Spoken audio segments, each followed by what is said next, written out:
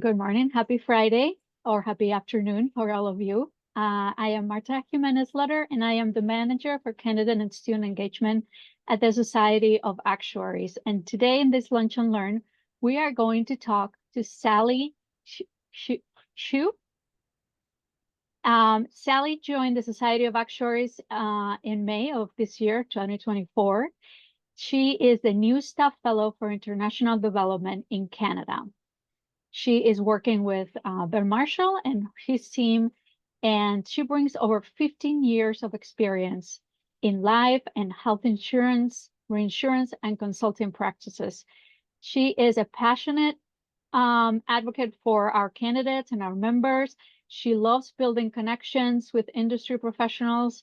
And outside of work, Sally enjoys running, practicing yoga, and playing pickleball and tennis. So if you need any tips on pickleball or tennis, she will be able to give you some of those. Sally, thank you so much for being with us today. It's so exciting to have you in our team and to have you at the SOA. Why don't you tell us a little bit about yourself in your own words? Yeah, well, thank you, Marta, for inviting me to join this luncheon session. So I'm really glad to join SOA a few months ago. So like Marta said, I have over 15 years in the industry, and I find, in the beginning, it was always a hard journey, but as you go further and further down the journey, you become more comfortable in your skin and you became more confident. So that's the case for me as well. Initially, I started my career with technical roles, things to get me started, because I really think that every actual student need those skills in order to build a good foundation to kickstart their career. But as you go down your career, you'll discover you're enjoying different aspects of your work.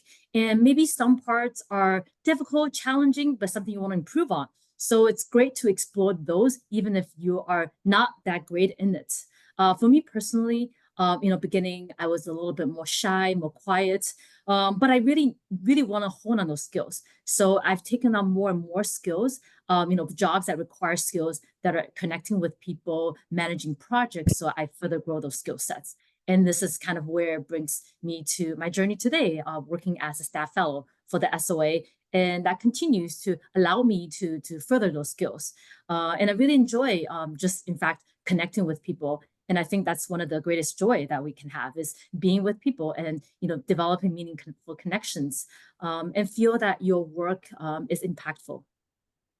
That is very true. Before we continue, Sally, I just wanted to mention that if anybody has any questions, as we are talking to Sally, you can put your questions in the bottom of the screen. There is a square with an interrogation sign. That is a Q&A. You click on it and just type your question, and we will read the questions in the order that they are received.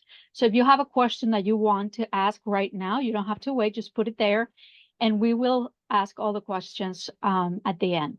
So please, don't hesitate, start entering them, and then we'll make sure that we get to all of them.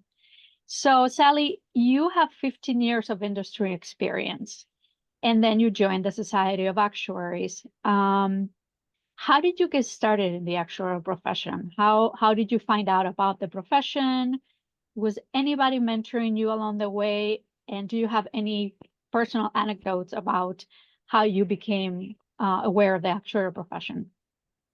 So I went to high school in the province of Ontario.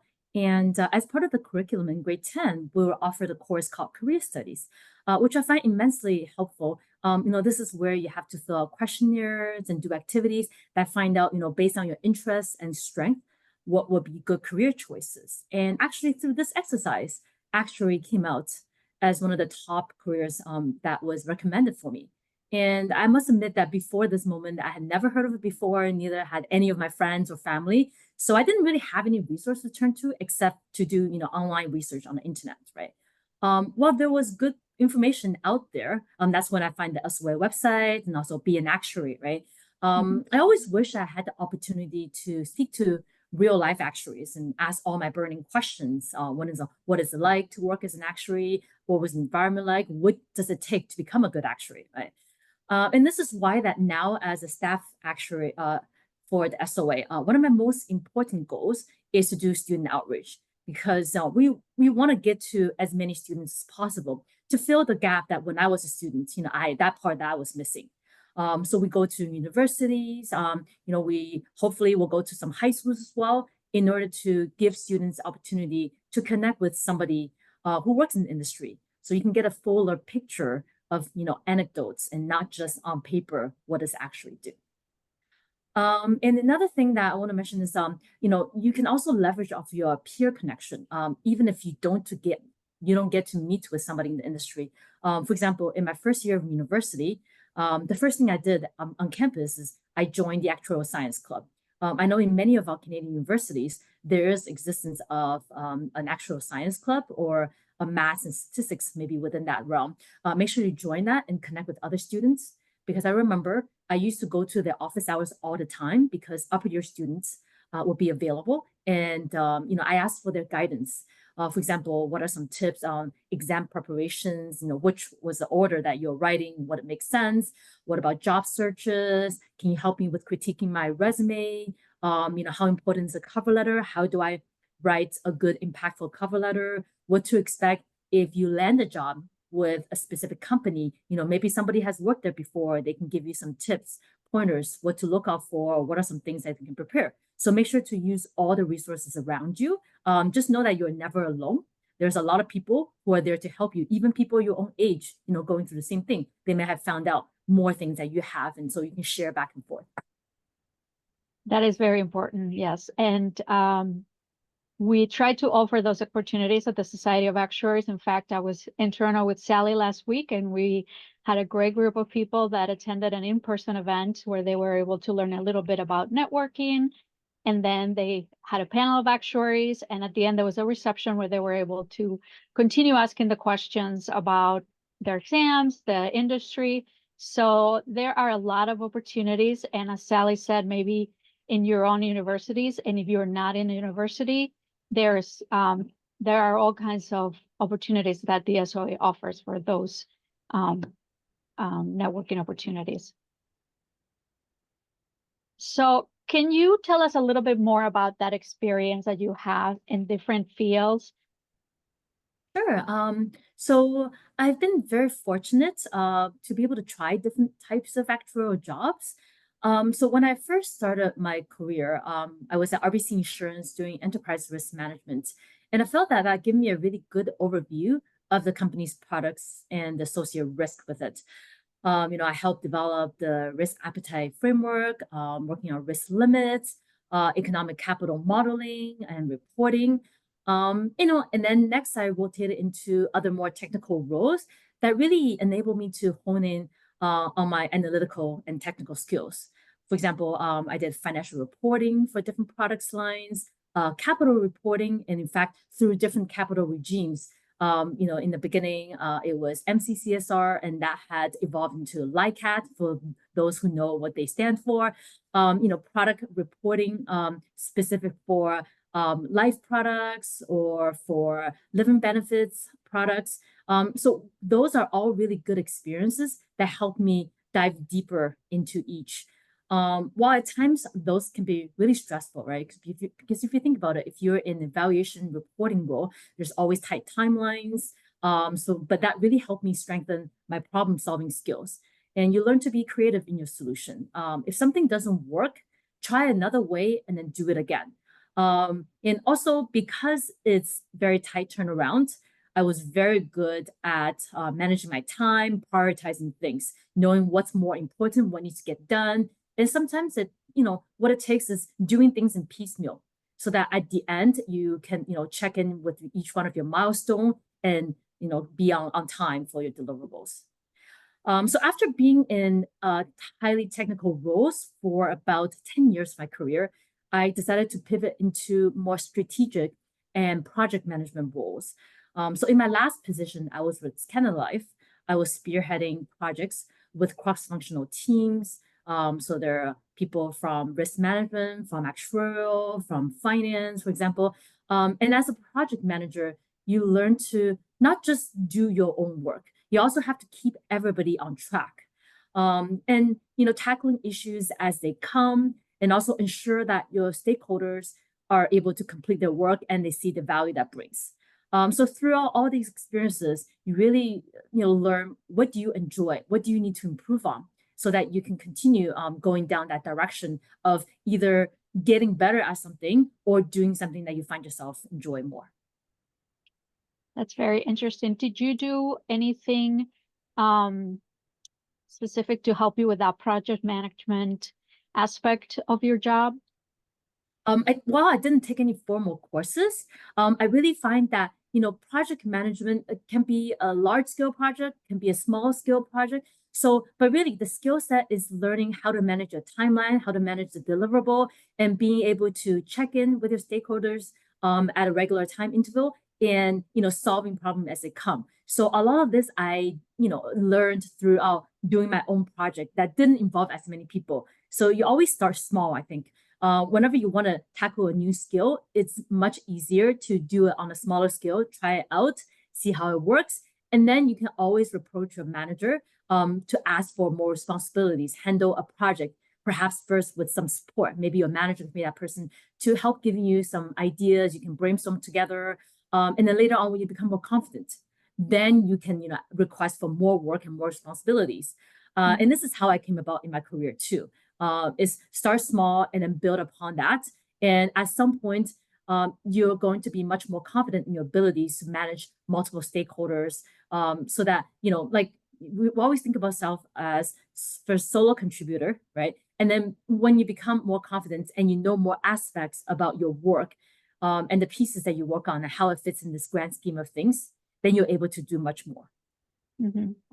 I feel like actuaries have a built-in training of sorts when they have to manage their exams with the work or the school and everything else that's going on in their lives, and they're focused on that outcome. So it's kind of like a mini training for that project management to make sure that Absolutely. you can balance it all.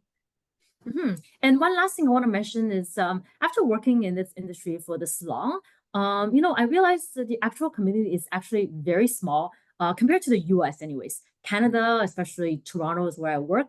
It's very Mhm. small, so the degree of separation is no more than two or three, in most cases. So it's really crucial for students, candidates to build good relationship with all the people that you work with because you just never know when you might see that person again. And perhaps that person can help you land your next job. So just always, make sure that you're on good terms. And even if you were to leave a workplace, make sure to leave on good terms. So in the future, when there's more opportunities, you can get referrals. You can network your way into a company more at ease when you already know some people working there who can help put in good words for you. That is so important. And that's a good life advice. You never want to burn bridges as you go along because you never know. You never know who's Mhm. going to be able to help you, or I don't know. It's important. We have a couple of people that just joined. I just want to make sure that everybody knows that you can put your questions in the Q&A. The button is at the bottom of your screen. It is an interrogation sign in a little square. So at any point, any questions you have, please enter them there. So, Sally, you have been at both ends of the spectrum. You have been obviously as an exam taker, a candidate, and then you've also volunteered as an exam grader for the SOA. How did your view of the exam process change from being an exam taker to an exam grader? And do you have any advice for those taking exams from the perspective of an exam grader? So I want to share my experience in two parts. So the first part, I'll share about my own experience while studying, what worked for me, and perhaps it can help others as well. So in terms of study habits, it's really critical to plan out a schedule. So while I'm not talking about every day you have to say, well, read this many pages, it doesn't have to be that specific, but you have to kind of have a good plan on how fast you need to get through the material, looking through all the material before you even get started. Mhm. And always make sure you do take some brief break from studying. While we have all the best intention to study every time, all possible hours, you're gonna have a burnout early on, right? So the way that I decided to do it is while I was working full time, I would study a few hours after work every day, Monday to Friday, because you're already working, you're already in that environment, you're focused. So I actually just never left the workplace. After I finished working, say at 5 o'clock or 5:30, I would book myself a meeting room at the company that I work at. And, I would just study, knowing that, I am sacrificing my time to be there and study. So it's not like when you're at home, you sit on the couch and you start eating snacks and you're watching TV, and before you know, you fall asleep. So it's really easy to get into that. So I decided to stay at work to remain focused and go through a lot of my studying during weekdays. Since I'm already there, might as well do it. Weekend, I'll study only one day. I'll study another 5-6 hours on a Saturday or Sunday, and I make sure always have one day to dedicate to myself. Whether I go to the gym, hang out with friends and family, you need to take that time as a break, mental break and physical break, because it is quite intense when you're studying so many hours, right? But at the same time, don't take too many breaks, but make sure you do take some breaks. So now I want to share a little bit about being an exam grader and some of the things I see and advice that I have given to candidates in the past. So for any exams that you take, make sure that you have enough time that you allocate to your study schedule to practice all the exams questions. It's important, obviously, to get through the material, but a lot of times you don't realize what you need to study more until you look at the questions and you're like, wow, I can't do any of this, within this study area. So make sure do as many questions as you can from, all the posted past exam questions. And you'll get a better sense of which areas that you need to improve on, you're weaker at, and focus more time on. So make sure you practice enough, because I see a lot of people would leave until last minute, when there's a week or two left, and then you're panicking. You're thinking, oh my God, how am I going to have enough time to study in this area? Well, make sure to leave at least a month, if not more, to practice, and then you can go back and review certain materials as you go on. And when it comes to written answer exams, it's really important, in the beginning, you're given a read-through time. Make sure you take that time and read all the questions and look at how many points that the questions are assigned. That will tell you what is more important. And sometimes there could be easy points at the end, but some candidates actually just never made it to the end because they spent too much time focusing on the early questions. So this way, if you know that there are some, easy questions that you prepare well for at the end, make sure you have enough time to get there at the end. And if you don't quite know the answer, I wouldn't recommend just writing down the kitchen sink either, because if you were to write down contradictions, right, like things that contradict each other that don't make sense, it doesn't necessarily score your points. It actually makes it harder for the grader to justify giving you points if you're writing down just everything that you can think of, within this, one round of question. And if it takes several steps to get to an answer, always bold or highlight or some kind of way of making it clear that that's your final answer. This will save the grader a lot of time to navigate through your worksheets in Excel. And they'll really appreciate you taking the effort, just making it easier and clearer. And this way, they're able to, appropriately assign you the points that you deserve for the amount of work that you've done. Those are very, very important tips. In your affiliate membership page under the education tab, there is a link for practice exams, and you can go over there and they're readily available for you. Before I move on to any more of my questions, I want to make sure that we get to the people in the audience. So John Borano says, hi, thank you for the opportunity. Is it advisable to take exam LTAM before exam FAM? So I would say that the logical sequence is to take FAM first before taking the LTAM, because FAM is a more fundamental course than LTAM, which is a little bit more advanced topics. So personally, I think that it makes more sense to take it. And also that if you're a student, it might align with your coursework in university better that way too, because you're taught those more fundamental knowledge first. So personally, I would select to take FAM before taking the more advanced courses. That's very good. Thank you. Anonymous attendee asked, what is your take on practicing exam questions on Excel as opposed to writing them down?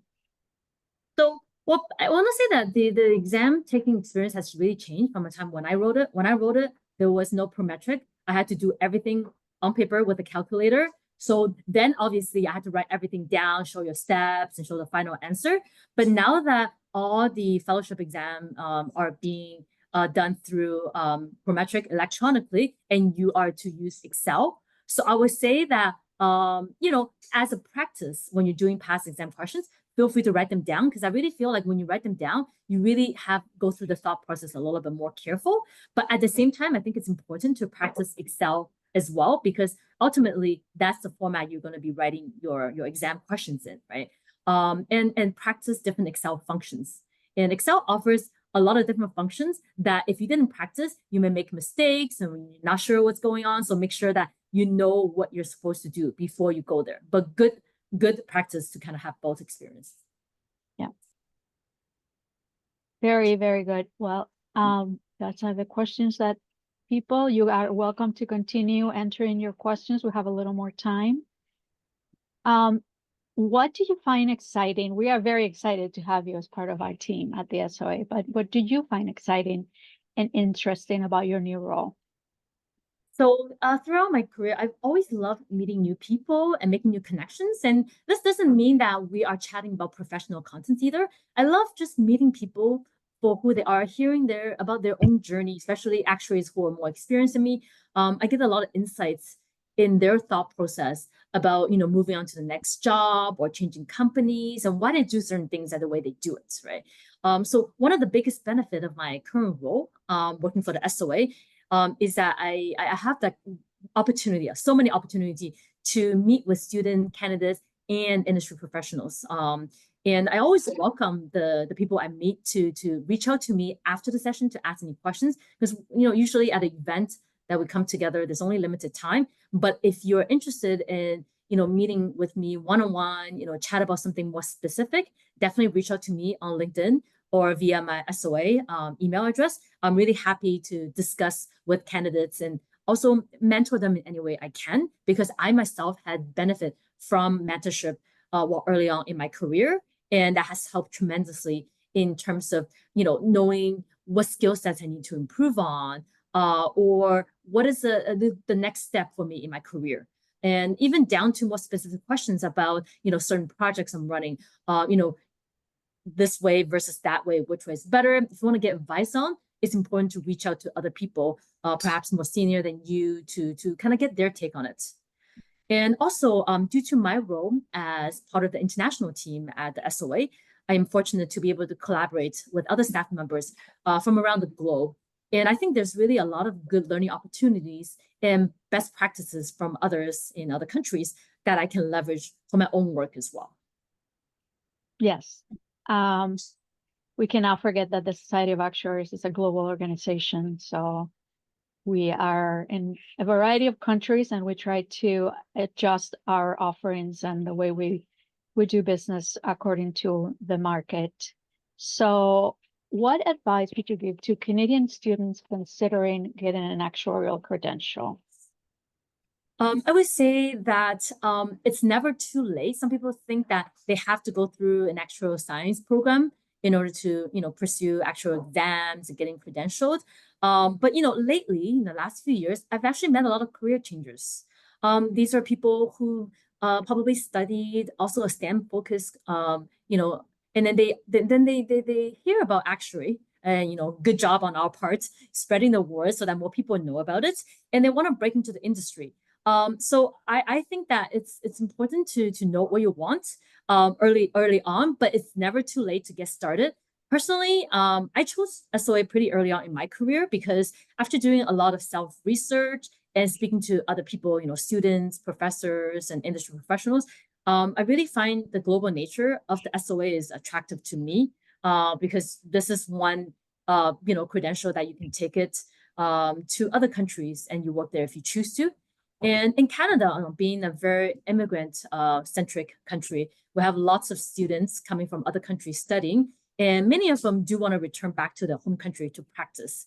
And I think this is why getting an SOA designation is great in that perspective, because a lot of times you can take this credential back, and this can translate into a similar credential in your home country too, that I find that will be valuable. If you want to practice in the US, also SOA is great for that too.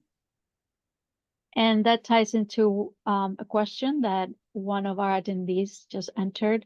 I am an international professional from Africa, and I am interested in opportunities in the US.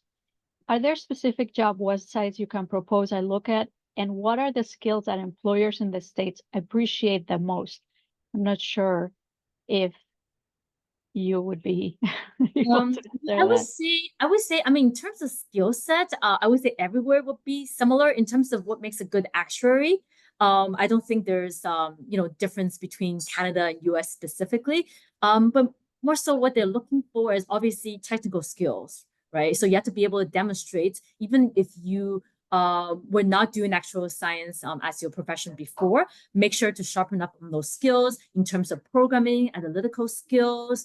But at the same time, you want to write a few exams, and that shows that you're dedicated to the profession and you are serious about pursuing this career. Thirdly, I used to work on the recruiting side in the companies I worked at before.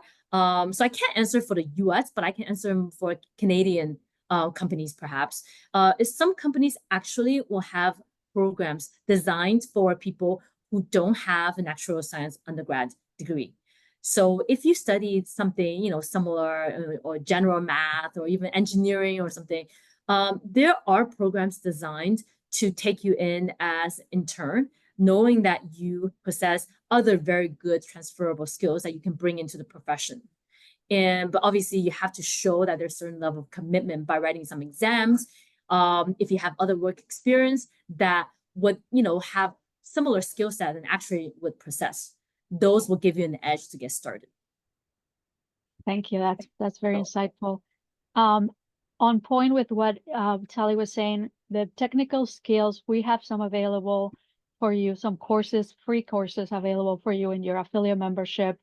We have some Python online course, Excel basic and advanced. We have an art studio sandbox where you can learn and practice art. We're always trying to update our technical offerings for anybody who might not have access to them otherwise. Joseph Mulemfue asks, hi, Sally, thanks you for your insights. I wanted to find out how many questions should someone get right to pass exam P?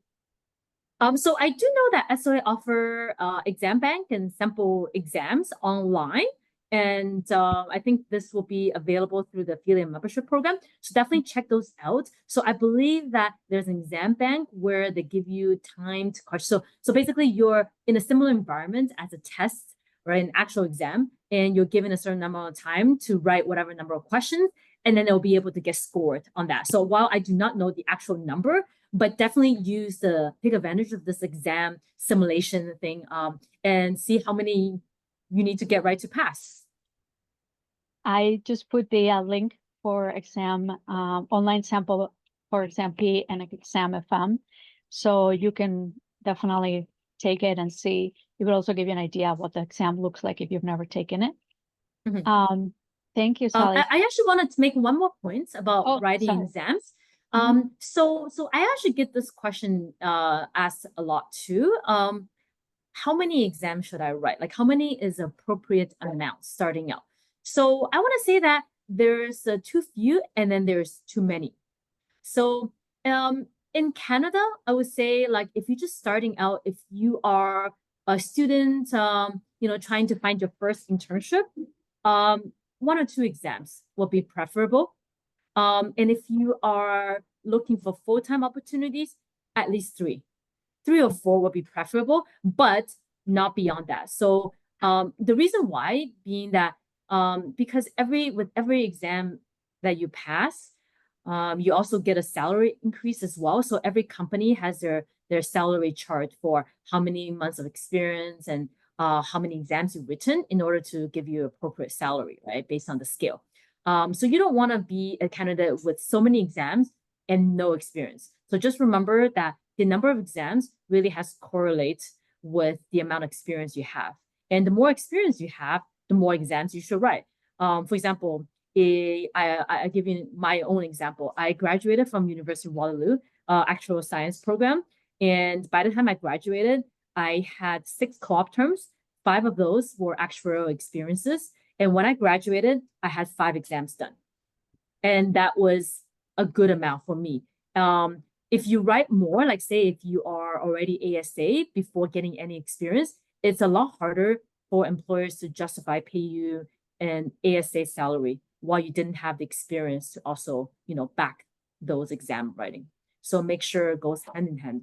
So if you spend a lot of time focusing on studying exam, great. It's always good to study and learn, but at the same time, be mindful if you're looking for your first job, not to write too many.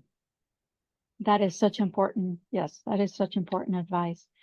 Well, we are at time. Thank you, Sally, so much for being with us. And thank you, everyone who attended our Lunch and Learn today. You know that it will be posted next week. So if you have any friends that couldn't make it today, they can go and watch it then. And we will have another Lunch and Learn in October. Seems like summer is going by really quickly and we're already in the fall. Thank you, Yes. Sally. Have a wonderful weekend. Have a wonderful weekend, everybody. Bye. Thank you so much, Marta. Thanks everybody for attending. Bye. Bye.